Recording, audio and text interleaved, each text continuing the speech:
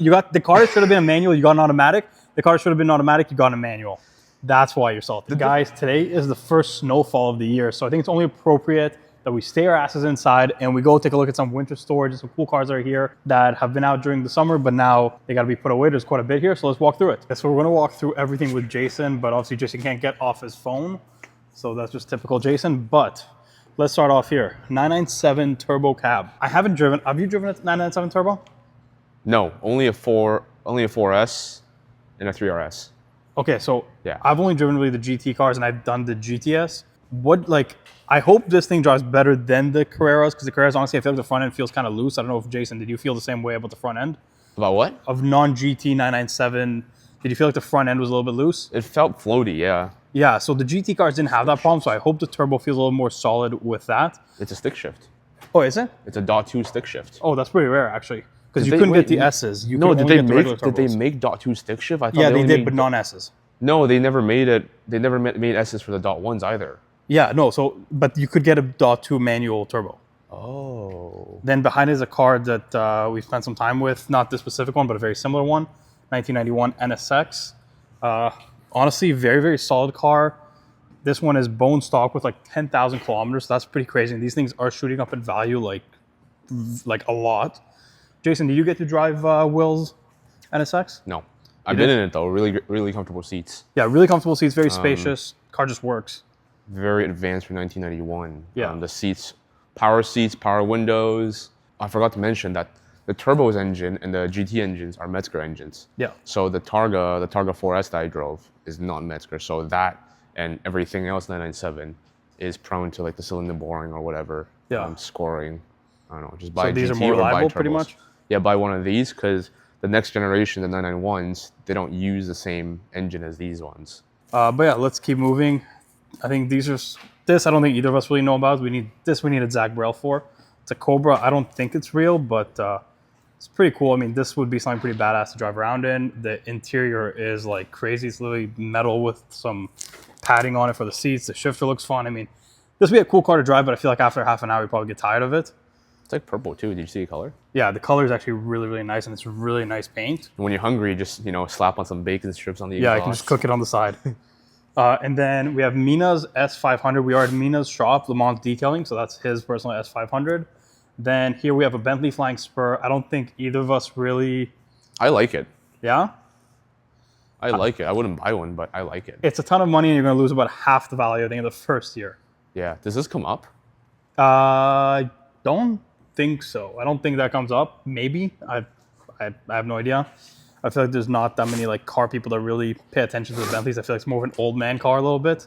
Then next to that, the only thing I like about these cars is the paint. This is probably the most metallic kind of flake I've ever seen in a car. I don't know if you like it or not. It might be a little too much. If you get this to like off-road spec, so there's like, air suspension or whatever, you can actually stick your head in this part. Does it actually go up that high? It goes up really high. Like my head fits in it because I test drove it once. He test drove it, so he put his head in it. I was invited for a test drive, so I put my head in there to test it, Look inside though. It's like blue and cream. Yeah, there's a lot of them with brown leather. That blue is sick. The blue is sick, and the one thing, they do have really nice interiors because there's so much leather. But I don't know. Again, these things are like $2-something brand new, and immediately you're gonna lose about $100,000. And I don't know. I feel like just too many people have these, and it's just not a car guy type of car. A Urus is a better choice. A lot of cars are better choices. But this is a 707. Yeah, but still, I mean, I don't know, man. I don't think... I'm not a big Aston Martin guy. I don't think you are really either. I am. V12 Vantage S. Okay, but that's a... V12 Vantage in stick shift or the Casino Royale DBS in with stick shift. With the people buying those cars are not buying a DBS. I mean, this is, I think, for more people that are just trying to have a badge. Yeah. And that's what it's for. But now, let's go to something that's not about just having a badge. We have two track Porsches right here. 992s. I think me and you have the same opinion on the GT3. What do you think? Terrible car. Terrible. Terrible. Horrible car. The one thing is, I don't know if this one PDK or manual. Let's see. This one, oh, it's a manual. That's not very good. That's even worse. That's even worse. Yeah, Jason, you had yours for about a year. Had a PTS Black Olive one. If you go back on Roy's channel, you'll see him reviewing the GT3. I drove it 5 times. I think I drove it more than Roy you. drove it maybe 6 times, including 2 and back from dealerships. And we sold it back to the dealer for whatever they paid, and then Good profit. it paid for the next car. The car paid for the next car. Yeah, it paid for the next car in California right now. Which, next time we're in California, I think we'll do a video on You'll see it. Great car. Very cool. It's got a bigger wing than this 3RS. Yeah, the car he bought with the money he made from that has a bigger wing than this. Is manual. It was manual, black olive. No, but I think the car you bought, manual, bigger wing. Bigger wing, bigger engine. Very, very different, but weirdly similar concept. Double wishbone suspension. Okay. From many, many years ago. Yeah. I think it's a, 10-year-old car? Yeah, almost. Long story short, this car is great for track, but if you were to use it as a driver's car, get a GT4. Yeah. Don't get this. The shifter on the GT4 is the best. Or get a 991.2 in PDK as well, because 991.1, 991.2, and this were all designed with a PDK. So if you were to buy a manual, cool, you have a manual car, right? But then the car doesn't handle like a manual car. If you want a manual GT3 car, go to the 997. Okay, but I disagree with you on that. That's something that me and you never really see eye to eye on. I think 991.2 in manual is the best all-around car you can buy. You know why, We're never going to agree on this. Do you know and you're why, just salty. Roy? You're just salty because you had a PDK 991.2. Roy. And you didn't get to experience the manual. You got the car should have been a manual. You got an automatic. The car should have been automatic. You got a manual.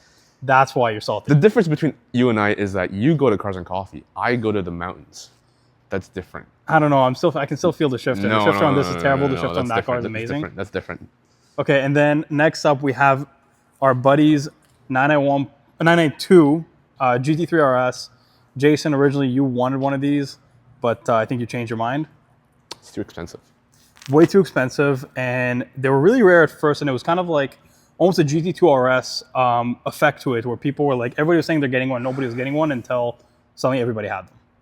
Yeah, you see like 6 of these at a Porsche meet, and like 1 or 2 are PTS. Yeah. How much are they? What, starting 300? 3 something now. The market on the used ones in Canadian dollars, I mean, something like this one has only 150 kilometers on it. This thing is worth at least 460, 480, maybe 500,000. And it's a lot of car for that money. I don't know about that. Yeah, 300 optional. You get the Visec pack for what, maybe 35? Is it 35? You get the wheels for Visec plus wheels is maybe 35-ish. I'm on 2018 numbers, so it might have increased. Yeah. The paint, Arctic Gray, I think it's special paint, so it's probably like $4,000 or something. Yeah, and if you notice, this car has actually matte PPF done by Mina. It's got the bucket seats, which come standard. Yeah. Yellow stitching, full contrasting stitching and all that. Fire extinguisher. How did he get one? Where's mine? You did your delivery, so they took away your fire extinguisher. No, there's a bunch of other guys that also didn't get one. Really? Yeah. Well, he was weirdly one of the first people to get one, which I kept on giving him shit for because he kept on saying he's getting one, like one of the people that said it. But he had like, Targas, Cayenne, stuff like that. So I kind of thought he was lying or they told him something that's not true. I didn't think he's actually going to get one, and he was one of the first people here to get it. Check this out. What is this? Look, it's a GT3 RS with double glazed glass. Yeah, just so if you think they still care about weight reduction, that's proof they don't. So you know what my theory about these cars are with the 992s? So like, let's say you're an engineer in Germany when you're 30 years old, right? And then they put you on the 996 team. It's like, okay, you know what? Let's go build a GT car for the 996 chassis, and I'm 30 years old. So I like to go fast. I like to feel the road. I want to do everything, right? And then you're still on the team when 30 years later, you're 60 years old. Yeah. And when you're in the 60s, you kind of want comfort, right?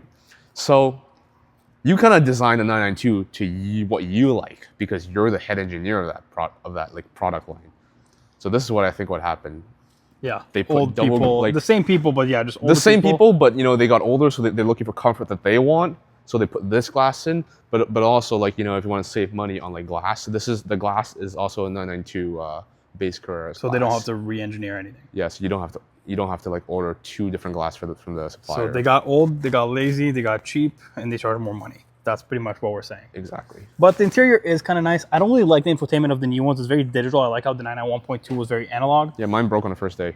Oh, what do you mean? What broke? It jammed, the infotainment. Oh, really? Yeah. Yeah, see, that shows you. And yeah, but this one has 100 kilometers on it. Hopefully, he'll drive it next year. The thing is, I still have not reviewed a 992 GT3 RS. I don't care too as much anymore because the car's not as fresh. It's not as new.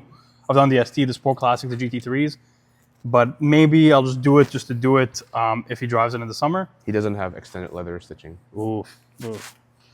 But I think how bad is it an option on a hardcore track car is extended leather that you want to have? Like I don't think that should be something you care for. You're already paying $400,000 for this car. You might as well spend another $1,000 to get that. I mean, yeah, I guess. Look, imagine someone getting like a GT car and not getting a Sport Chrono pack. Like, Yeah, but Sports Chrono is track focused. Extended leather is not. but you can get Sport Chrono and extended leather. Look, now you have cheap plastic. Yeah. You can afford a GT3 RS, but you can't afford this piece of red leather. Come on. But next up we have a car that me and you were talking about a lot because I still have the competitor. What? For the Lotus Emira, I have a GT4. You recently sold your GT4. You still have an RS. Recently sold So mine. this yeah. is our direct competitor. What do you think about this car? I like it. It's sick, but I think they're selling for 150 Canadian here after taxes and all that. You're paying 200 grand for a Lotus. I think it was 185 out the door now because now we have luxury tax here for those American viewers that don't know. 185, right? So Yeah, for the American viewers that don't know, pretty much luxury tax in Canada now, you get charged either 20% of the difference between 100,000 to the price or 10% of the whole thing, depending on which is less. But then on top of that, you get the regular 13% tax. You're paying like 20-something% tax on every car over 100,000, kind of.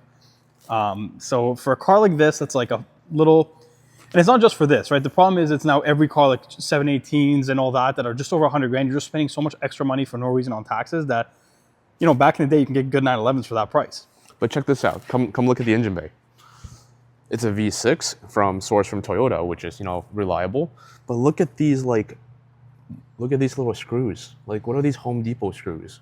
Like 20 cents each. They're so rough and they're so like, they look so cheap. And what's that? That's like a vacuum, what do you call it? Valve controller or something? It's like, why would you put it up there? Just stand over here and look. Yeah. You see that thing? Like, why is it there? Like, you know, put it somewhere else. Yeah, it's very visible and doesn't look very good. Does it even open? I think it does. I think so. Yeah, we don't have the keys for this one. Here we have a Ferrari F8. I think it's got some Novitec parts, the carbon.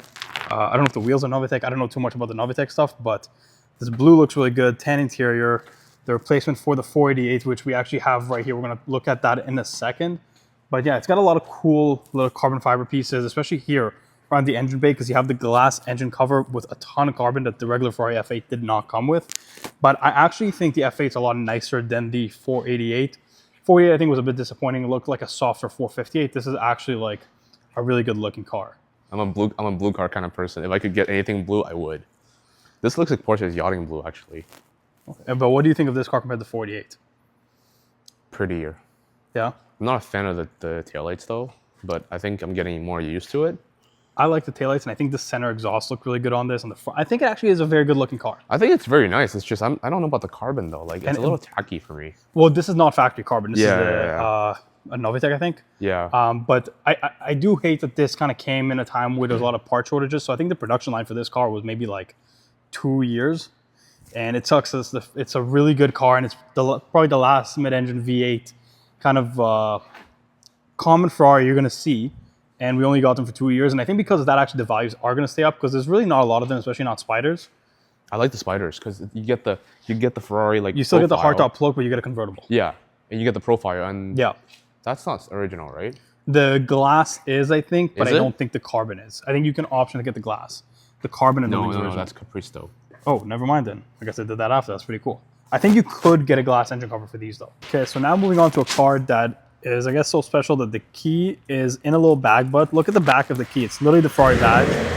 Oh, something just started up. I think it was the, what is it, 911? Yeah, 911 just started up. But we have the key for the SF90, which is literally a Ferrari badge. This is a very, very tailor-made car. Do you know what kind of blue this is? No. Yeah, I don't know. Yeah, I suck at colors. He's better than me, but I think more Porsche colors. No, I know more Porsche colors.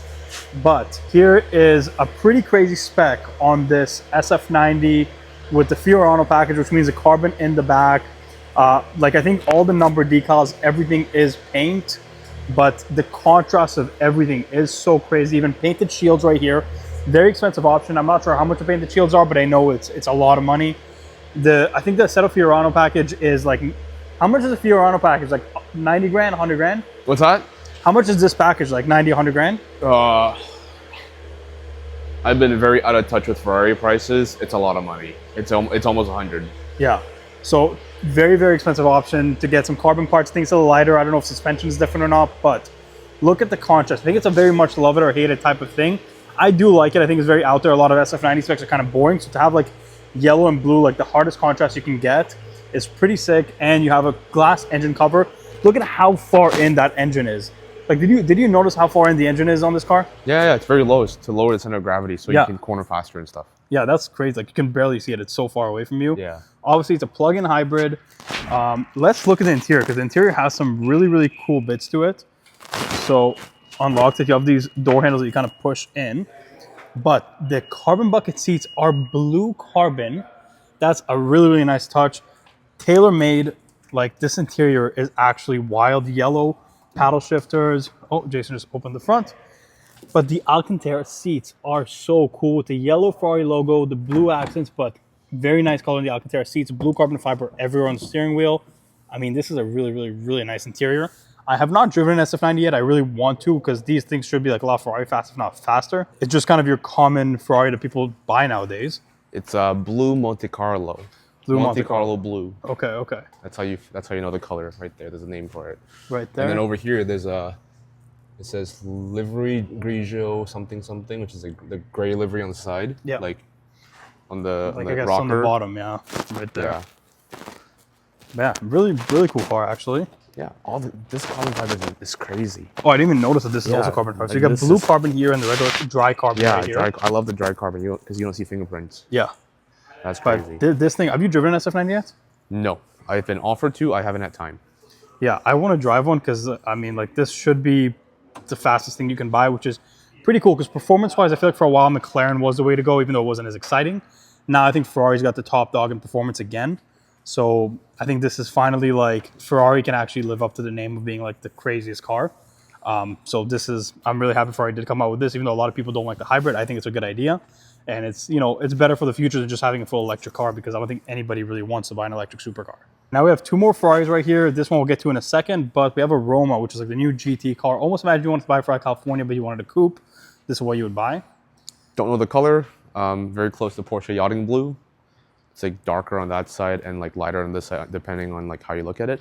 But fun fact about this car is that this car came with the black plastic, like the matte.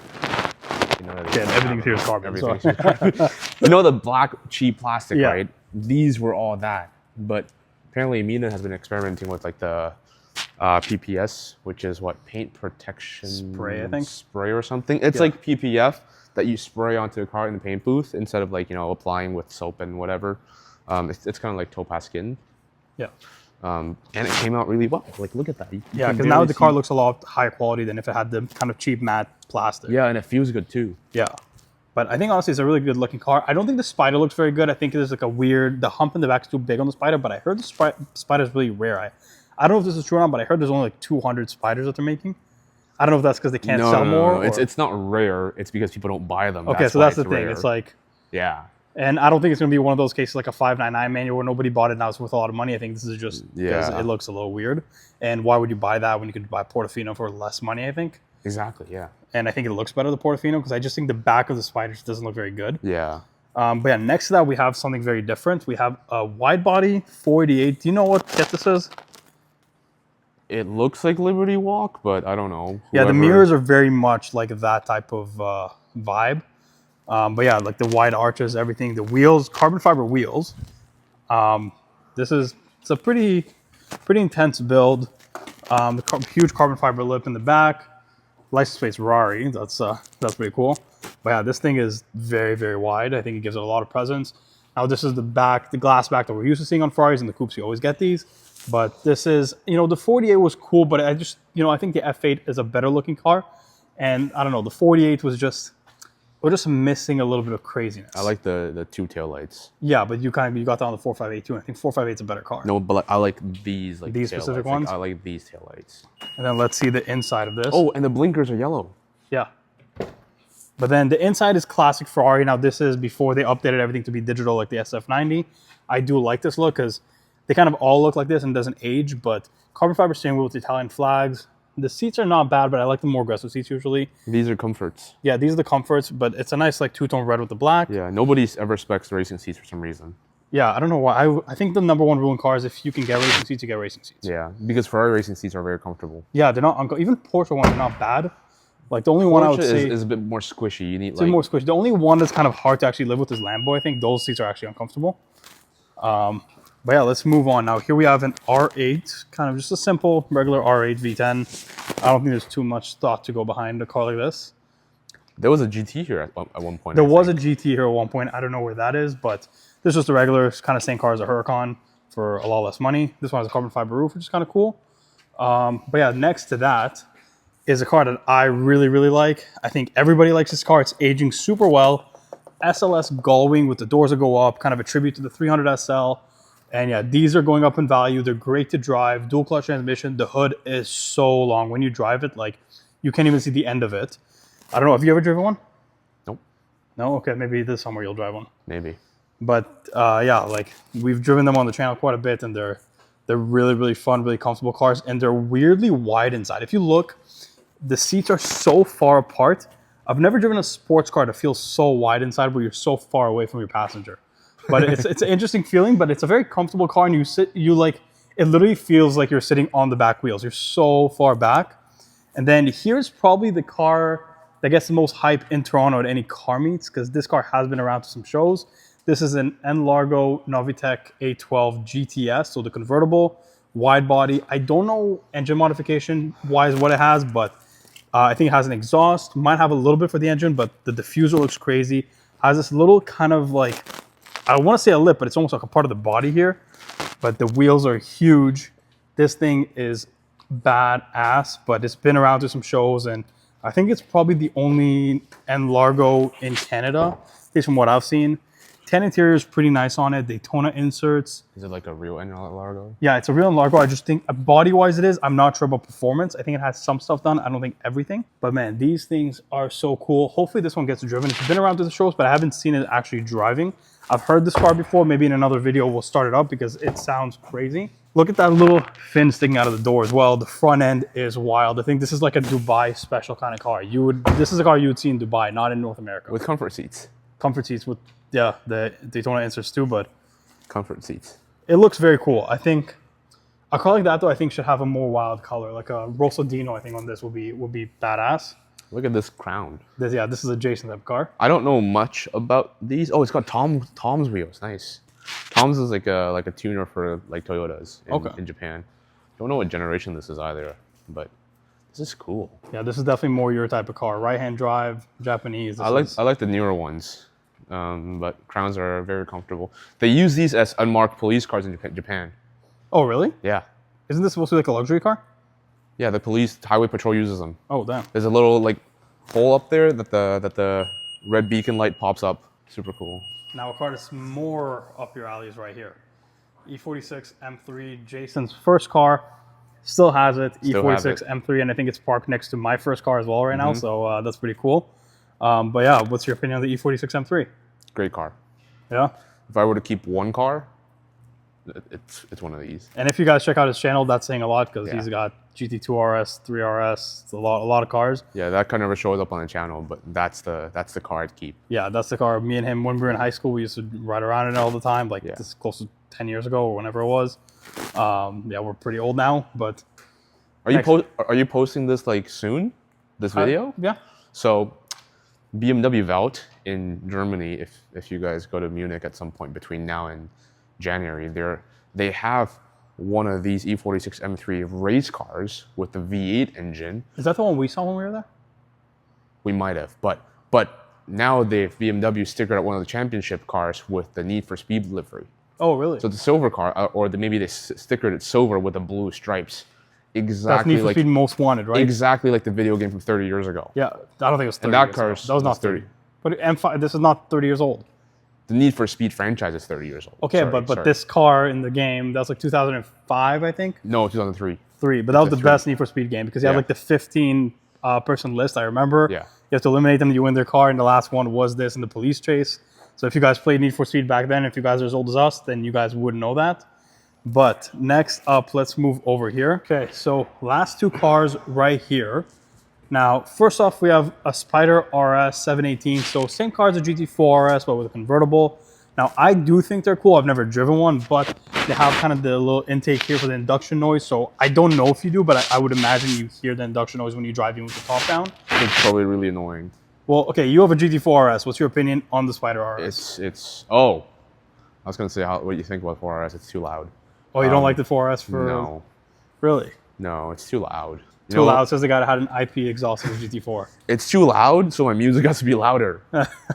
Yeah, I don't know, it's cool, but like, why would you spend 250,000 on the Spyder? Like, get an S2000. An S2000. Yeah, it's manual, it's slow. Slow cars are more fun. You can crash it, buy another one, or crash 10 and buy 11 for the same price as that. Okay, so Jason actually just bought an S2000, so if he crashes the S2000, you know why. It's him still justifying the better value over a 718 Spyder. Yeah, you can park it anywhere. You can park it anywhere, you can take it anywhere. Whereas this, you can't park anywhere. I don't know about that. I park my car anywhere. I'm pretty sure this soft top costs more to replace than S2000 soft top if someone cuts it. Do you need to replace it? Do they get ruined? I don't know. But this might fly off when you drive too fast, you know? Well, top down then. Yeah. And then people can, you know, just pull the red strap. Don't pull it because I think the alarm will go off. But apparently you can just pull this and take someone's roof off or something. No, you pull this and then the alarm will go off, and then you just kind of like open this, so you just kind of like get into the car. So hold on, is this a fully manual top? Yeah. Oh, that's annoying. You pull these, and then you unhook something in there, and then you do this, and you like fold it and put it in here. Okay, that's a little annoying. Yeah. And then when it rains, it's faster to open an umbrella. So in the 718 Spyder, not the RS, is it also manual or is it a button? So Spyder is manual, but then you just pull it and tuck it. So even the regular 718 Spyder is manual? Yeah, and then when you open the clamshell, you just pull it forward and you close it. This is not attached, so you got to line up that side and this side, and then hook it down and stuff. Okay, so it's like a two-man operation. The bad thing about this car is they mix something up. What? You're forced to get an automatic transmission and a manual roof, whereas you should be getting a manual transmission with an automatic roof. Yeah. I think that's the problem they have with this car. But last car here, I don't think me or you know much about these. The key is not as like fancy as I thought it would be. I don't know if this is like the spare key or something. He spec'd out everything in carbon, but the key's in black plastic. Well, I don't know. No, maybe I think this could be a spare key. This is a valet key, I think. Yeah, it might be a valet key. Oh, that makes sense. But let's see this car. Aston Martin DBX. It's some special edition. I don't really know anything about them, but it's a 707 or 770 maybe. No, I think Q. No, look at it. Look at it. It's in there. So. And also the Aston Martin doors. 770. They open up. Ultimate. But the cool thing about the Aston Martin doors, they advertise that no matter where you stop the door, it won't fall. Is that true? Yeah. So it's not like locking points with most cars. The Aston Martin doors will stay at any point. Except there. But let's look at the interior. So this is what, a Q you said? 770 Ultimate. 770 Ultimate. Okay, the one thing I do really like about newer Aston Martins, these bucket seats, they're so aggressive, but they look comfortable at the same time. I think they have some of the best bucket seats nowadays. I don't know how this is considered a four-seater because I don't know who can fit there. Tilt it back. Pull the strap. Pull the strap. Let's see. Yeah. That's not a lot of legroom. I don't think you can do much with that. But this car is so spec'd out. Look at all the details. Like, this is pretty crazy. The interior is honestly updated, but the problem with these cars, I also green carbon fiber roof, by the way. So it kind of matches the paint, but on the roof. But the problem with these cars is I think this one was like 900,000 Canadian out the door, which is honestly insane. Because the problem with these Aston Martins, as cool as they are, and like this is so aggressive and it looks, it looks really nice, but $900,000 car, as soon as you drive it out the lot, this thing is $450. That's kind of the problem. I'll get a last gen DBS for like 200. Yeah, last gen DBS manual for a lot less. You're honestly going to make money on that. You're not going to lose money on that. But look at all the green carbon everywhere. But the cool thing about this is in a few weeks, the big brother to this car, which is a $3 million car, I can't tell you what it is yet, is going to be here.